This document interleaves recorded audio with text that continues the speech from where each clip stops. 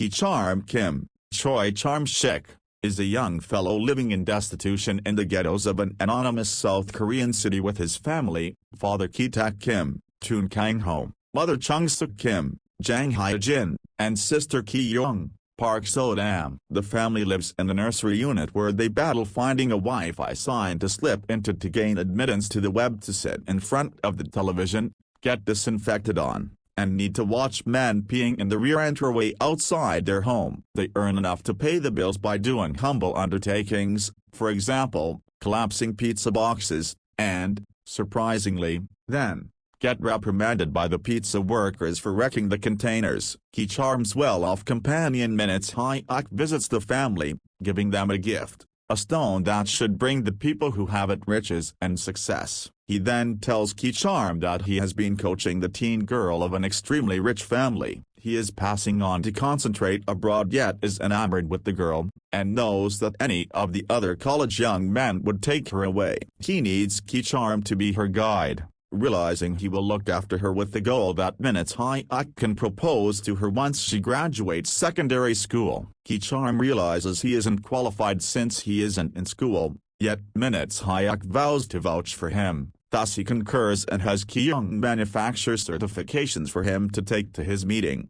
Ki Charm interviews at the exceptionally well-off Park family where he meets Mr. Park, Lee Sun-kyun, his bird-brained spouse Mrs. Park, Choi Yo-jang, and their youngsters, high school little girl Da-hye and youthful child Da-melody. Ki Charm acknowledges he really wants to play with Da-hye to land the position, and he does. Mrs. Park pays him an extravagant measure of cash and notices they need a workmanship coach for Da-tun. Da-tun had a horrible occurrence where he saw a phantom in the house and had a seizure and has been requiring assist with his craft. Ki Charm acquaints them with Ki-young, who manufactures reports for her and goes by Jessica, and she also starts bringing in cash at a mind-blowing rate. At the point when the recreation area's limo driver brings her back home, Ki-young passes on her clothing in the vehicle to get him terminated. She then proposes her uncle as the new driver, who is truly Ki-tak. The last position is that of the maid,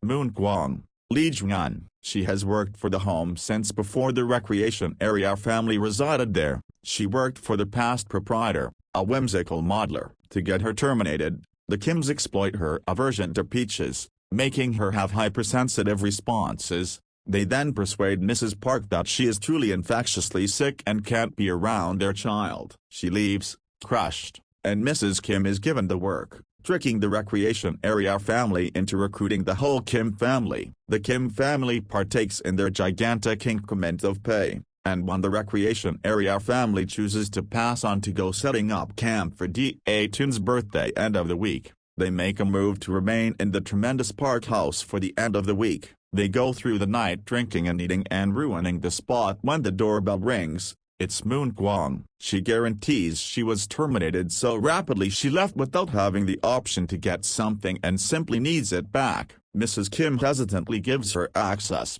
and Moon Kwang runs into the cellar and starts shouting, opening a mysterious entry behind some racks. She goes to her significant other, Junsi, Park Myung-hoon, who has subtly been living in the dugout since the past proprietor moved out to stay away from predatory lenders. She gives him food while Mrs. Kim on searches with sickening apprehension. She tells Moon Kwang she really wants to leave, and as Moon Kwang beseeches her to allow them to remain, the remainder of the Kim family, who had been snooping, tumbles off the steps and into view, and they call one another father, and so forth, which Moon Kwang films on her telephone. Understanding the con the family has pulled, she takes steps to send it to the recreation area family and utilizations that so she and her significant other can compel the Kim family to do their offering. The Kim family figures out how to get the high ground on them, getting them into the mystery dugout, yet the recreation area family calls. They've dropped their setting up camp excursion because of downpour and will be home in a short time. The Kims scramble, attempting to tidy up as much wreck as possible, keeping the other two in the cellar. They figure out how to do a sufficient work that the remainder of the family can stow away while Mrs. Kim gives the Parks their supper. When Moon Kwang breaks out and runs higher up, Mrs. Kim pushes her back down the steps. where she hits her head and is seriously injured. Moon Kwang and Junsi are secured in the shelter. Mr. and Mrs. Park wind up dozing in the family room to watch out for Da Melody, who is exploring nature out in the lawn, constraining the Kims to remain under the table, frozen the entire evening, even as the Parks gripe about Mr. Kim's smell, and afterward, have intercourse. Ultimately, at an ungodly hour,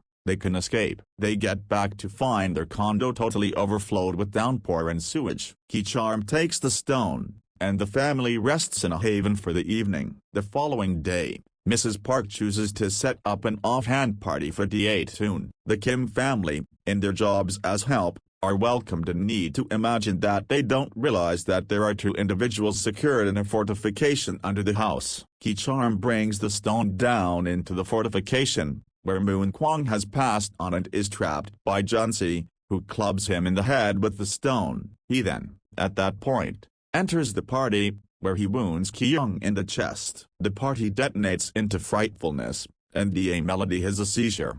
Junsi was the phantom he had found in the house earlier. Mr. Park shouts at his driver, Mr. Kim, who is attempting to stop Ki-young's dying, for the vehicle keys to take his child to the medical clinic, and he tosses them to him. They land under Junsi, who is battling with Mrs. Kim. She figures out how to kill him by wounding him with a meat stick. Mr. Park gets the keys, however sickens at Junsi's smell. This triggers Mr. Kim, who snaps and cuts Mr. Park, killing him. Mrs. Park blacks out as Mr. Kim escapes. Ki Charm awakens in the clinic, where he had been in a state of unconsciousness for a really long time. He figures out that Ki-young has passed on, and he and Mrs. Kim are condemned to probation. There has been no indication of Mr. Kim, despite the fact that the police have been looking for him for Mr. Park's homicide all over. Ki Charm leaves the stone in a waterway and notices the previous Park house where he sees the lights glinting.